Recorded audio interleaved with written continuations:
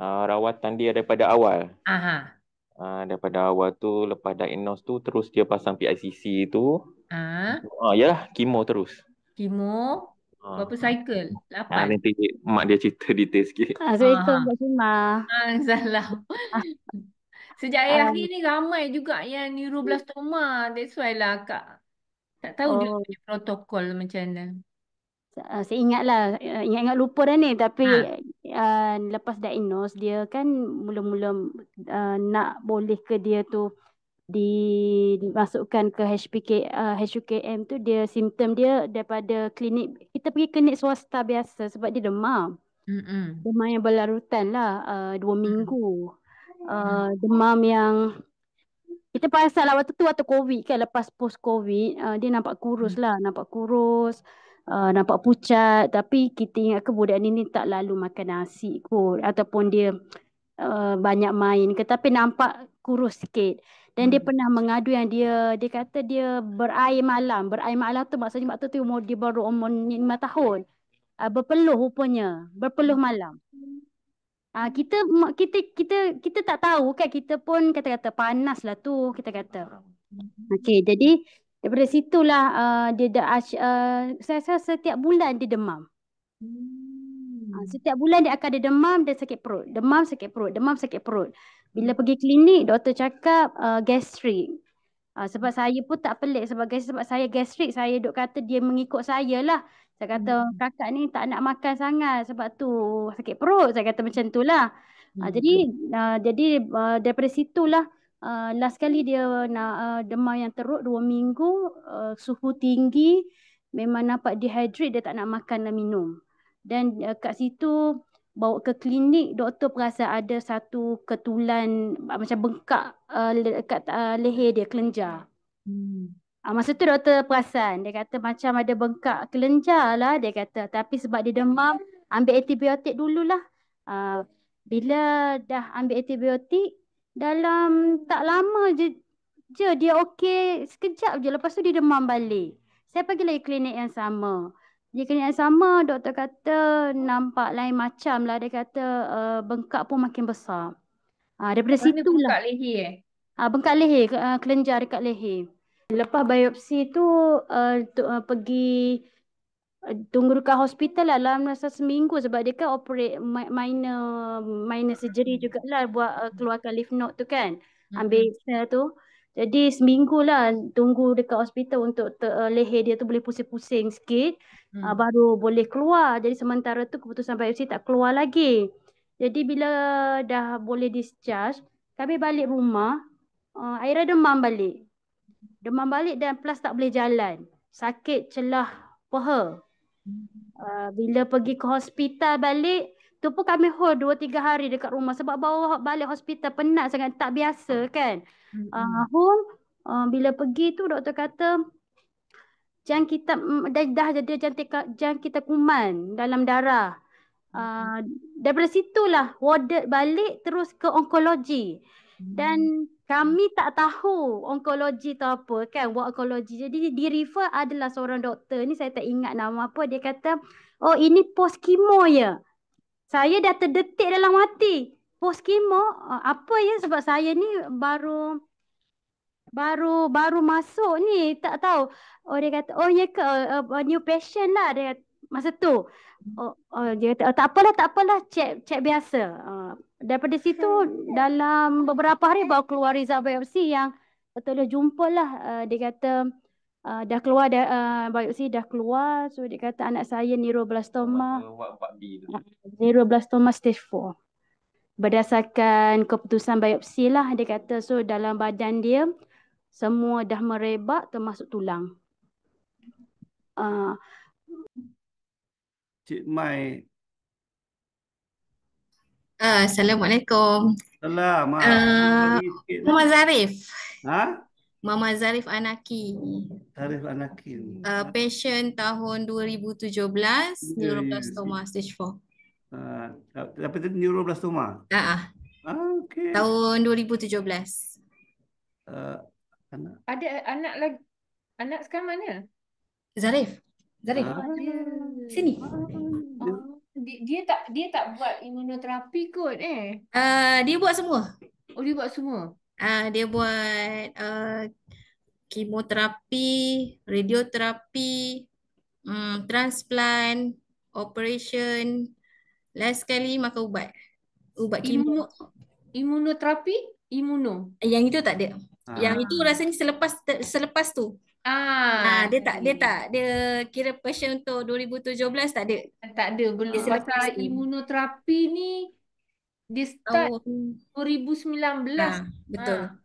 Zari tak sempat sebab dia last 2018. Saya baca 2019 imunoterapi baru start. Seluruh dunia tu pasal tu. Dia orang dah mula lebih awal. Kita seperti biasa Malaysia lambatlah sikit. Dia terlampau lambat. Iyalah, tapi tak adalah kita belum sampai masa tu. Tapi alhamdulillah, dah ada jam apa tu? Dek, dah jam berapa? Dah jam berapa? 3. Dah jam berapa? 3. Dah 3. Masya Allah. Masa dia kena umur dia 1.5 tahun. Sekarang dah jam 3. Sekolah mana sekarang? Dekat BTHO. Bandar Tun Hussein On, Ceras. Okey. Alhamdulillah. Setakat ni macam mana dia? Alhamdulillah. Cuma kadang-kadang ada jugalah tahun lepas kot dia tiba-tiba tak boleh jalan. Bila jalan je tiba-tiba dia jatuh. Kaki dia tak kuat. Tapi refer juga dekat HPKK, dekat Dr. Loh. Alhamdulillah lah tak ada apa-apa lah. Cumanya memang sekarang rawatan dia MRI setiap 6 bulan untuk pantau. Dia ada, cuma dia tak aktif. Dekat sendi dia tu ada. Tapi buat masa ni doktor kata dia tidur. Dia tak aktif lah. So dia okey. Tu je boleh cakap. Tapi buat transplant Dia buat transplant. Memang neuroblastoma ni dulu time kita orang dulu tak buat transplant. Dia setakat operation. Dia kemo, radioterapi, lepas tu operate. Lepas tu masuk grup yang Zarif ni akan tengok dah ada transplant. Lepas tu masuk grup Aira ni, selepas Aira ni antara orang yang pertama lah buat imunoterapi. Yang akak nampak lah. Dia neuroblastoma dia sentiasa update dia orang punya. Tadi macam leukemia agak lah pasal ramai yang kena kan. Masa Zarif limited sikit patient tu. Dia masa Zarif 5, 3 dah tak ada, tinggal dia dengan Ainul. Tinggal 2. Tu kita sebagai ibu bapa kan, ini pengalaman kami sendiri kan secara peribadi. Dia tidaklah kita panggil semua orang akan melalui jalan yang sama. Tetapi fakta dia ialah anak-anak kita tu telah menjalani rawatan yang agresif. Sebab kita sedia maklum kemoterapi itu namanya bunyinya sedap. Kan, radioterapi itu pun bunyinya sedap. Terapi kan tapi dia adalah kalau macam kemoterapi kita tahu dia menggunakan bahan-bahan kimia yang ganas lah. Yang ganas sebab kita pun sedia maklum dia tujuannya untuk nak bunuh sel-sel kanser tu kan. Kalau kena radioterapi, lagilah pula dia pasal radioterapi dia radiasi, menggunakan radioaktif.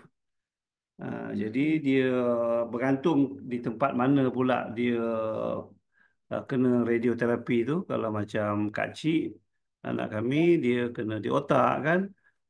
Si Alisha yang sekarang ni berada dekat hospital pun medulloblastoma otak juga. Jadi radioterapi di otak ni dan gantung pula pada umur anak pada ketika itu. Kalau umur dia dah besar, dah 10 tahun ke atas, ke 12 tahun ke atas, Baik. Kadang-kadang kita tengok dia punya kesan dia berbeza dengan yang masa kecil 3 tahun, 4 Kalau tahun, budak 5 yang tahun. 13 tahun kena, tak sama kesan dia Ah, dengan budak yang baru 3 tahun, 4 tahun. Jadi Kawan bila dia tahu lain. jadi bila kata dia orang telah menjalani rawatan lah, kalau kita kata perjuangan lah, yang agresif macam tu, maka tak dapat tidak sebenarnya memang ada kesan. Kesan-kesan yang mungkin kadang-kadang kita perasan, kadang tak perasan. Kita sedia maklum ada antara anak kawan-kawan kita yang dia jadi OKU pembelajaran. Ya, sebab antara lain lah, sebab ni masih banyak belum dikaji lagi sebenarnya, tapi yang kita suspek lah, doktor pun pernah sebut juga adalah contohnya bila abuse banyak kali kan. Bila abuse banyak kali kan dia tak sedar kan. Jadi itu ada juga kesan-kesannya. Kita pernah cakap dengan seorang pakar abuse ni, Dr. Azib kan. So itu Dia ada juga kesan. potensi untuk akan menjejaskan dia punya itulah. Jadi itulah, jadi itu sebabnya kalau yalah, insya-Allah selagi ada apa ni kekuatan kita, um, dijemputlah semua ibu bapa yang anaknya sama ada yang dah survive, ya, ataupun yang tidak pun, ya, macam Cik Rizal dengan Puan Intan ni, ya, mereka anak baru saja pergi pada bulan Disember hari itu, ya, tapi mereka ingin sama-sama dengan Cakna untuk nak bantu apa ni rakan-rakan ataupun uh, orang-orang yang senasib. Nasib. Jadi setiap orang daripada kita ada sebenarnya kemampuan dan juga kebolehan dan juga peranan lah. Tak semestinya semua orang kena jadi sukarelawan uh, apa ni sepenuh masa ke, ataupun terpulang pada kita. Sebab itu antara yang kami suka nak galakkan, kalau yang betul-betul berminat untuk menyokong kawan-kawan yang lain bersama dalam kita panggil jemaah lah, jemaah Cakna ni, bolehlah jadi ahli, boleh jadi ahli Cakna. Bila jadi ahli Cakna, kita akan lebih rasa Cakna ni kita punya. Saya selalu sebut Cakna ni kita tak syaratkan ibu bapa yang dapat kanser, anak dia kena kanser, ya, untuk jadi ahli. Kita tak syaratkan untuk dapatkan bantuan. Kita ada bagi bantuan macam-macam kan sebelum ni. Jadi kita tak syaratkan untuk jadi ahli, sebab kita rasa kalau macam tu dia, apa kata orang tu, dia menjadi ahli tu hanya sebab nak dapat bantuan. Kita lebih prefer ataupun lebih seronok kalau kita jadi ahli sekiranya kita rasa kita boleh bersama-sama. Bersama-sama tu bukan maknanya nak kena keluar duit banyak-banyak, bukannya nak kena datang meeting selalu, bukannya nak kena jadi sukarelawan tiap-tiap kali, tak. Macam contoh, tengoklah bidang kita lah. Tengok bidang kita, kemampuan kita. Asalkan kita, paling kurang pun kita ada dalam grup macam ni, dalam grup yang super mom, super dad tu, kadang-kadang bila ada kawan-kawan yang baru anak dia apa ni mula rawatan, dia kurang faham, gitu. Itulah harapan daripada kami lah. Kalau sedikit lagi ialah tentang apa tu, kita ada ziarah wad. Sekarang ni kita aturkan ziarah wad 2 kali sebulan.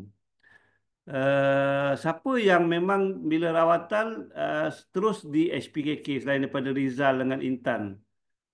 Saya rasa apa ni Cik Fizrullah kan untuk Aira, dengan tadi of course tadi apa tadi Cik Mai tadi, memang semuanya di SCTM kan, Hospital Chancellor Tuanku Mukhlis dulu kan. Kita dah memang dah jadikan program untuk menziarah ward 2 kali sebulan, ya.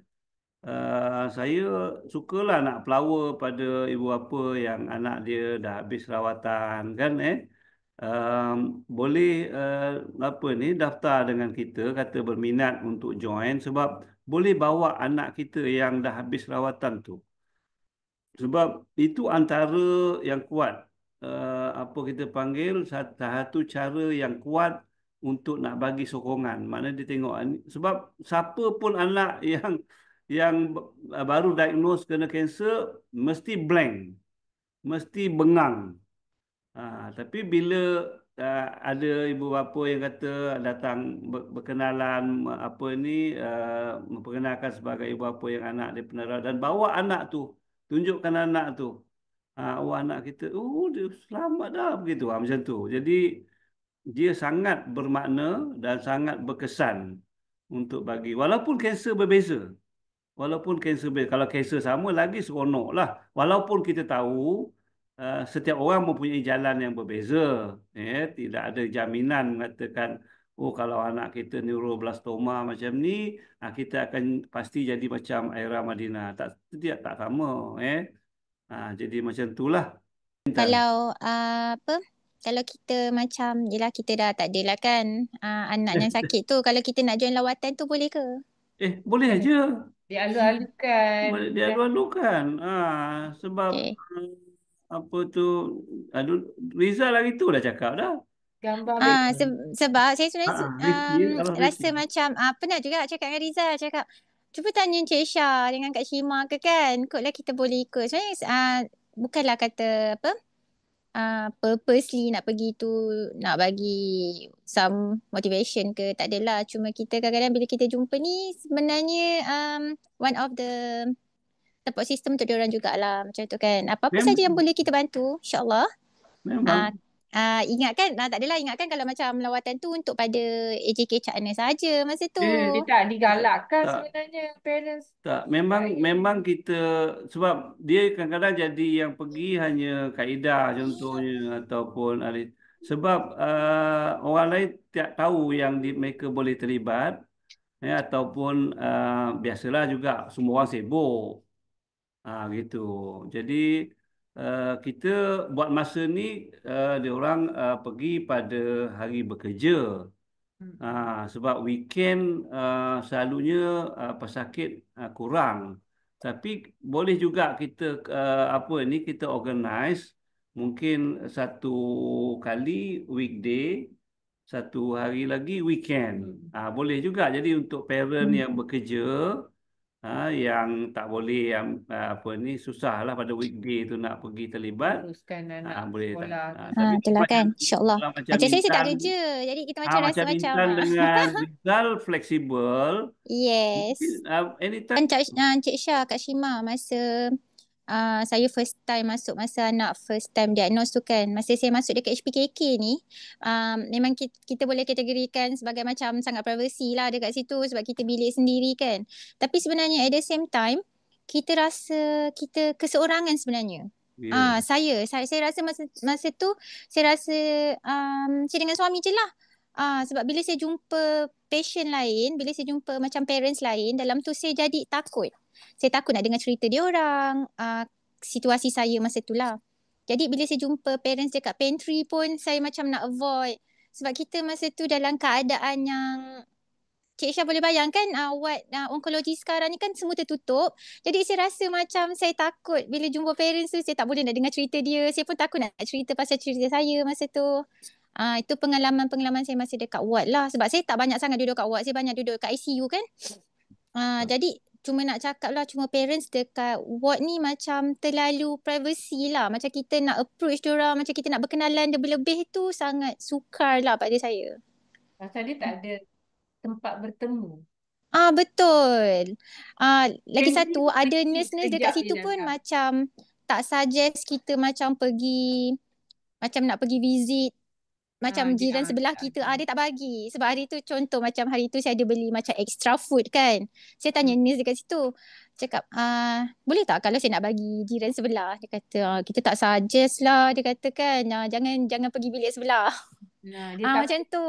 cross infection. Betul. Jadi Jadi macam kita pun okey lah, sebab tu kita tak berkenalan sangat. Adalah few parents dekat situ yang kita kenal, tapi tak semualah. Macam tu. Sebab tu ada platform apa ni WhatsApp tu, tapi kadang dia orang pun pasal tak ada face to face. That's why kita orang buat ni benda ni. Ya, sebab tak kenal siapa Dia muka tak kan. kenal. Jadi bila tak Betul. kenal, rasanya lebih depressed kot kalau tak kenal, ingat dia seseorang kan. Betul-betul. Macam itulah pengalaman saya lah Kak Shima masa duduk kat HPKK tu. Macam Kak Shima pengalaman di HCTM kan. Macam open ward. Bolehlah jumpa Waktu jiran-jiran. memang lebih ni kan. Yalah. Macam saya yang Aira mula diagnose 2021 tu, saya sempatlah berkenalan dengan beberapa orang yang parents yang katil sebelah, yang kita masih lagi ada hubungan sampai sekarang. Lepas tu bila dah pindah HPKK tu memang kita jarang sangat jumpa. Contohnya yang kita baik sama sekali adalah Hawa tu, Mak Hawa tu kan. Hawa Dania tu. Yang ada kena infection dekat otak tu kan. Kita memang dulu berjiran. Saya dah dengar lah dia puja Hawa minum dah sikit, tak minum langsung lagi nanti nak suka air kencing. Dia pun dengar saya, Aira minum lah sikit, budak-budak kimo kan dia tak nak makan. Lepas tu saya lah langsir, ini anak dia Hawa, ini Aira. Lepas tu kawan sampai sekarang. Jadi sekarang ni Kadang kalah adik-beradik pula kan. Tapi jarang berjumpa sebab Aira punya appointment dah jarang-jarang. Hawa punya sekarang ni ada banyak lagi. Jadi tak kebetulan berjumpa lah. Tapi nak kata dari segi keselesaan memang HPKK selesa lah. Macam saya, macam suami saya lah, dia sewaktu Aira imunoterapi tu dia work from home 3 bulan. Jadi daripada situ bolehlah bekerja di mana-mana dan juga dengan HPKK tu bolehlah bekerja di situ. Kalau HCTM dulu memang tak dapat lah sebab pagi-pagi kita dah nak kena selak langsir, kita nak baring sikit pun tak boleh. Itu kekangan dia lah, macam kita yang mak-mak ni kadang-kadang rambut tak sampai nak kena kita sentiasa bertudung kan. Tapi kalau bilik tu memang kita rasa selesa sikit lah. Cuma tak ada kawan je. Memang tak ada kawan. Sebab kita tak boleh nak pergi ke mana-mana. Nak berkawan ke bilik orang lain takut jangkitan ke apa kan. Anak kita sakit tak sama. Anak kita demam, orang lain tak demam. Jadi imun tak sama. Jadi duduklah dalam bilik seorang dengan anak kita. Sampailah pagi sampai malam. Duduk tengok kalau dapat bilik, rezeki dapat bilik menghadap padang tu, jalan tu. Tengoklah padang tu. Tengoklah jalan raya, orang balik kerja lah hari ni. Sebab saya dengan suami bergilir-gilir. Kalau saya cuti sekolah, saya jaga direct. Jadi hujung minggu suami saya jaga, saya balik rumah. Itulah kehidupannya dulu. Dengan ada anak kecil umur 7 bulan, merata anak kecil ni duduk. Hantar ke kampung, letak rumah mak saudara. Yang kecil ni sekarang dah besar, 5 tahun dah yang kecil tu. Alhamdulillah. Itulah suka duka lah. Yang paling lama duduk kat ward transplant. 49 hari. Rasa tak tahu nak rasa macam mana, rasa tepuk sangat. Rasa macam-macam, rasa macam dengan anak kita kesan transplant pun nampak. Sampai saya terdetik rasa macam inikah masanya. Saya dah terdetik macam tu dah. Aira ni macam dah sampai masa ke, sebab dia muntah berdarah tau. Transplant tu muntah, tak boleh minum langsung, muntah berdarah. Minum sikit muntah, minum sikit muntah. Dan sampai tahap saya reda lah apa jadi. Dan kita tak boleh ada pelawat. Kita nak bercakap, nak share lah, contoh dah nak share dengan keluarga ke nak datang, tak boleh. Tak boleh. Kita rasa macam memang saya down sangat lah waktu tu, sampai saya rasa saya dah mula fikir lain lah. Saya kata, ya Allah, kalau lah dia sampai masa pemudahkan lah. Sampai macam tu dah sebab dia punya teruk sangat. Dia ulcer dalam perut, tekak semua tak boleh makan. Dia bergantung dengan dia punya apa, dia panggil protein tu. Protein gantung plastik biru tu. Saya tak ingatlah nama apa. Yang tu je. Berminggu-minggu makan tu. Perut dia lapar. Bunyi gerak-gerak perut dia. Tapi dia tak boleh makan. Saya rasa macam teruk lah nak dibandingkan dengan rawatan yang lain. Saya rasa transplant dan operate lah. Dia sebab Operation dia buat kat HTA. Tu nak tanya tu. Transplant masa tu dekat HTA Tak, transplant HPKK, operate dia kat HTA. Sebab dia punya kedudukan tumor tu dia agak berisiko tinggi. Dia berada di tengah-tengah buah pinggang dan dia punya tumor tu menyalut saluran darah besar. Jadi doktor tak tahu. Saya rasa dia kata nak buat dekat HTA sebab ada pakar bedah kanak-kanak kat situ. Jadi 2 minggu juga ada HTA. Perut dia daripada kiri ke kanan deret panjang. Lebih daripada orang operate beranak lah. Kiri ke kanan. Macam dia tak tahu cerita pasal Aira nak operate ni. Dia tak tahu dia nak pergi operate. Dia tanya kenapa tu ke hospital. Kita tak bagi tahu lah sebab dia mungkin dia takut kan. Tak cakap doktor sini nak cek perut. Hari kejadian tu dia dah tukar baju. Dia tengok saya. Dia kata mama tak ikut. Orang panggil tengah main game ni. Dia tengah main game kat telefon. Dia puasa. Mama tak ikut. Tak ikut lah kata mama tunggu kat luar. Papa hantar. Doktor nak cek perut ni. Lepas tu dia masuk saya dah. Sebab doktor cakap ini adalah hidup dan mati kan. Dia punya sangat teruk dia punya tu. Kemungkinan buah pinggang kena buang dua-dua belah. Jadi rasa macam tapi hantar je lah macam tu cakap tak apa nanti kita jumpa kat luar. Dan last kali dia bangun tu perkara pertama dia tanya kenapa potong perut dia. Mama kenapa potong perut kakak? Kakak sakit sangat dia kata. Itu mula-mula buka mata yang mama-mamai yang lepas tu doktor buang ni ada benda dalam perut kakak doktor buang. Sakit sangat. So dia tebuk tulang rusuk.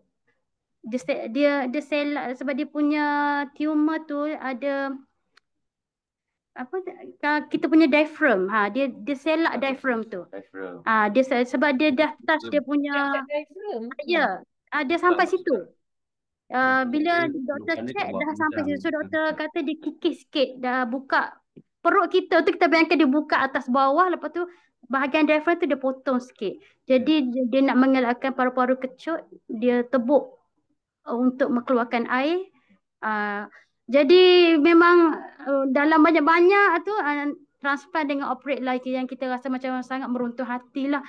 Tak sanggup tengok sebab kita tak boleh nak bantu. Kita tak boleh bantu. Kita di depan dia, kita kuat. Tapi belakang dia tak terkeluar air mata dah sampai. Itulah. Tapi semua parent melalui benda yang sama lah. Bukan kami seorang. Kami faham. Semua melalui kesulitan yang sama. Dan kita memang berada di titik yang paling rendah. Nak pergi kerja tapi semua tak tahu. Tak rasa macam tak terpijak di bumi yang nyata. Semua rasa macam terawang-awangan.